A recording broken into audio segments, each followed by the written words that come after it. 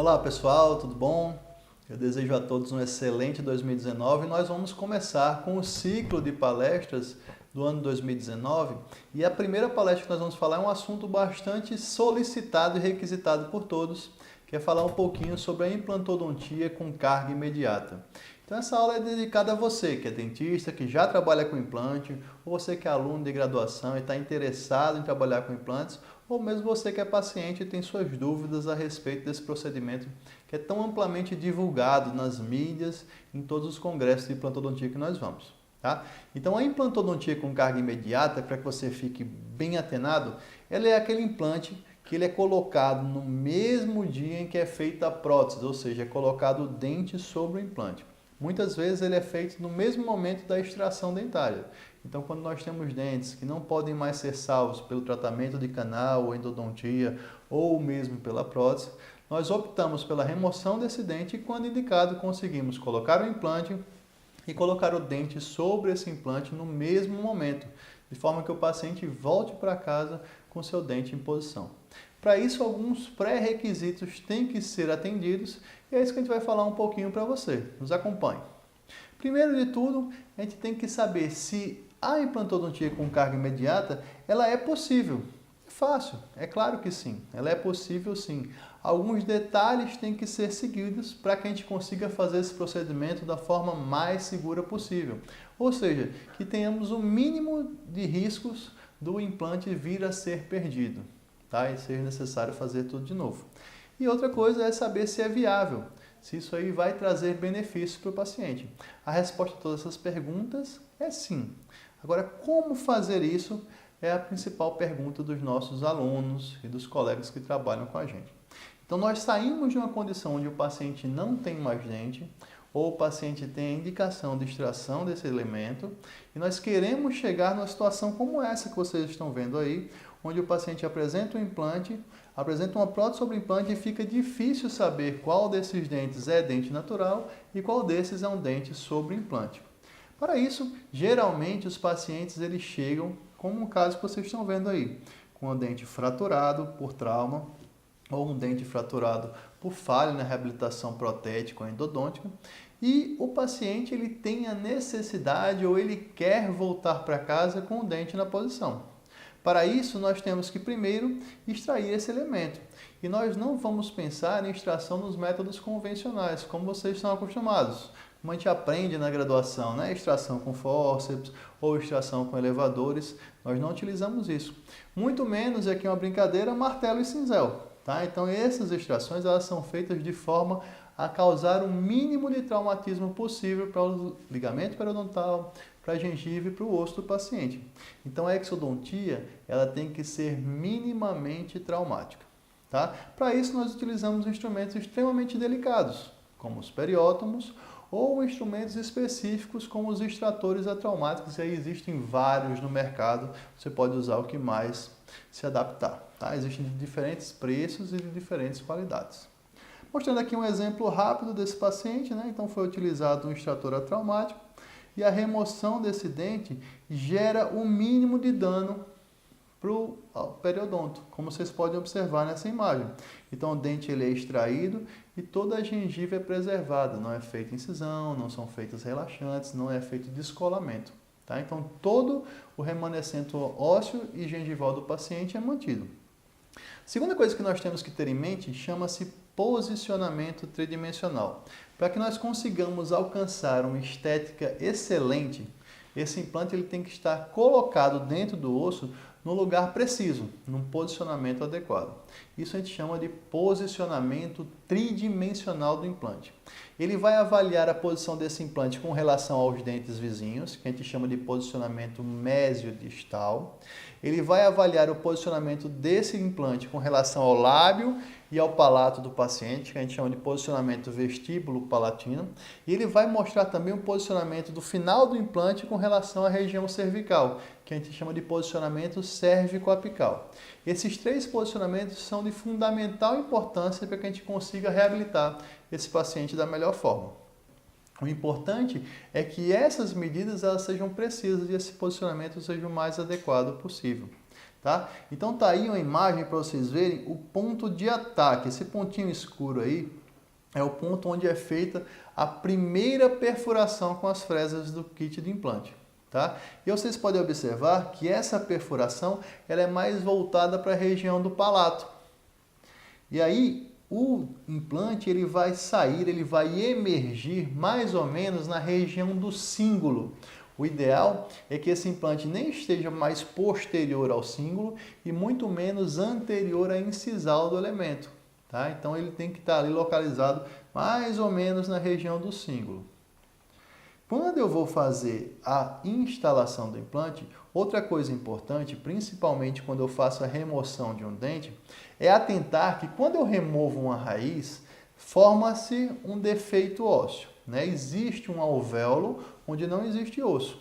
E esse meu implante ele vai travar na região do osso remanescente. Antigamente, há cerca de 10, 15 anos atrás, pensava-se que depois de uma extração dentária, o implante a ser colocado deveria ser o mais largo possível, para que ele ocupasse todo o espaço que previamente era ocupado pela raiz dentária. Hoje em dia nós não fazemos mais isso. O implante ele é colocado de forma a deixar pelo menos 3 milímetros ou idealmente 3 milímetros de gap. Ou seja, eu coloco o meu implante mais para a palatina e sobra cerca de 3 milímetros de espaço sem nada. E esse espaço vai ser preenchido por um biomaterial ou por um enxerto. Tá? Então vocês podem observar aqui na imagem, supondo um alvéolo com mais ou menos 7 milímetros, a colocação do implante com 4 milímetros de diâmetro e a manutenção desse gap de 3 milímetros. Aqui são números exatos, tá, gente? Esses números têm que ser medidos e têm que ser precisos, tá? Então, quando você faz a instalação do implante, você vai preservar esse gap. E esse gap vai ser preenchido com biomaterial ou com enxerto ósseo do próprio paciente e vai prevenir que no futuro haja uma retração, uma perda de projeção da gengiva e venha a mostrar o implante por transparência. Aquela gengiva cinza escurecida que muitas vezes os pacientes reclamam é proveniente da falha, muitas vezes, do preenchimento desse gap. Tá? Então aí vocês podem ver algumas imagens mostrando realmente o posicionamento ideal desse implante.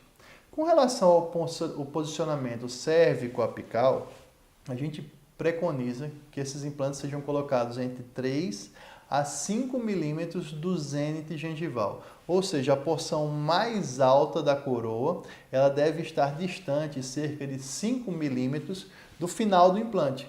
Dessa forma, me sobra esse espaço para trabalhar os componentes protéticos e trabalhar a gengiva do paciente.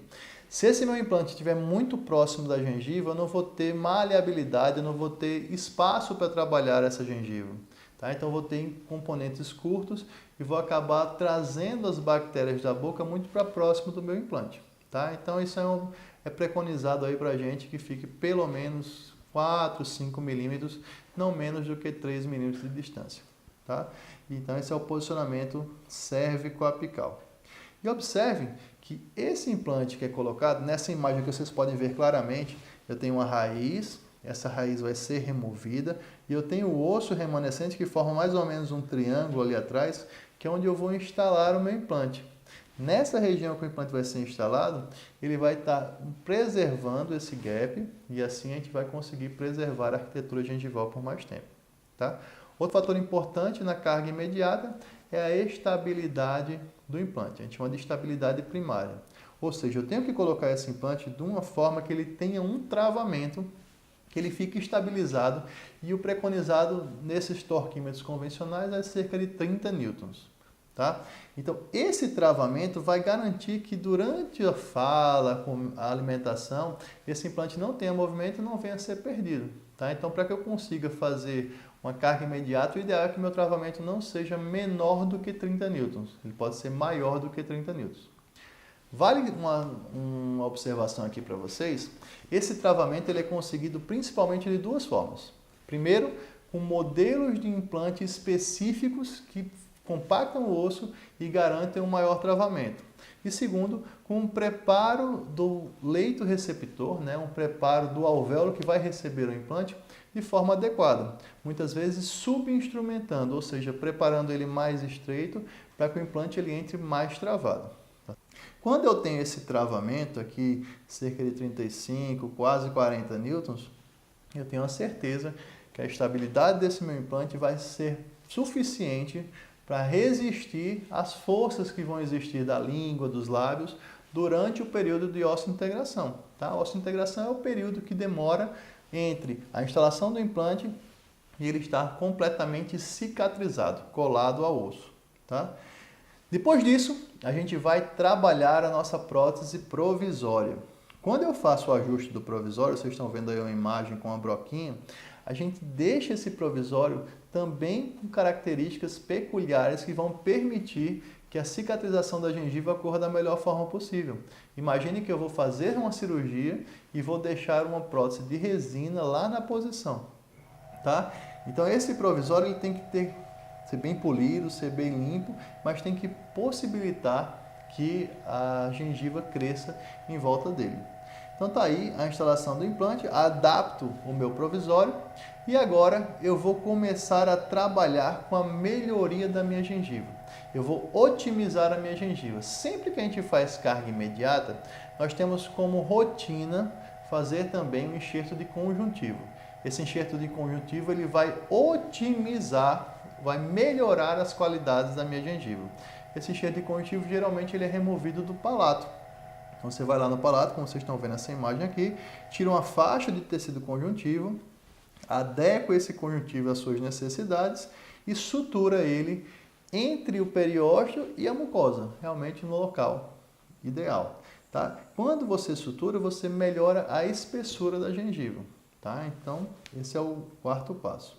Depois nós vamos trabalhar com o preenchimento do gap. O preenchimento do gap, aquele que eu falei no início, de 3 milímetros, ele é preenchido por último. Então eu deixei o gap lá na instalação do implante, eu melhorei a minha gengiva, eu já trabalhei com o meu provisório, tirei o meu provisório do lugar e agora eu vou preencher aquele gap. Esse preenchimento, como eu já disse, ele pode ser feito com um enxerto autógeno, como é mostrado aqui, um enxertinho sendo removido do tuber do paciente, ou ele pode ser preenchido também com biomaterial, aqueles que você compra geralmente, tá? Das diversas marcas que existem. O importante é que esse biomaterial preencha completamente aquele gap de 3 milímetros que nós intencionalmente deixamos. Depois que eu tenho o biomaterial no local, a gengiva otimizada, já trabalhei o meu provisório antes, eu vou colocar o meu provisório de volta sobre o implante, travando ele, e esse provisório vai segurar o enxerto no local. Então eu não preciso fazer sutura, eu não preciso fazer relaxante, eu não preciso coaptar as bordas do alvéolo. Quem vai manter tudo isso na posição correta é o meu provisório. Então vocês estão vendo essa imagem aí bem bonita, mostrando o provisório sendo instalado e ele vai manter todo o enxerto que foi colocado na posição correta, tá certo? Então chama-se provisionalização estabilizadora, ou seja, eu vou colocar uma prótese provisória e essa prótese provisória ela vai estabilizar todos os enxertos e todo o biomaterial que eu coloquei dentro do meu alvéolo, tá certo? E a gente consegue resultados como esse que vocês estão vendo aí, e o paciente geralmente com 3 a 4 meses ele substitui essa prótese provisória por uma prótese definitiva depois de ter alcançado uma arquitetura gengival adequada e um sorriso harmônico, tá? Então aqui mostrando só uma imagem radiográfica do pré-operatório com a raizinha a ser extraída e o implante colocado na posição. Gente, se vocês tiverem dúvida, podem tirar as dúvidas aqui no nosso Instagram, tá certo? Mandem suas perguntas, nós vamos ter prazer de responder a todas elas. Um forte abraço e até a próxima.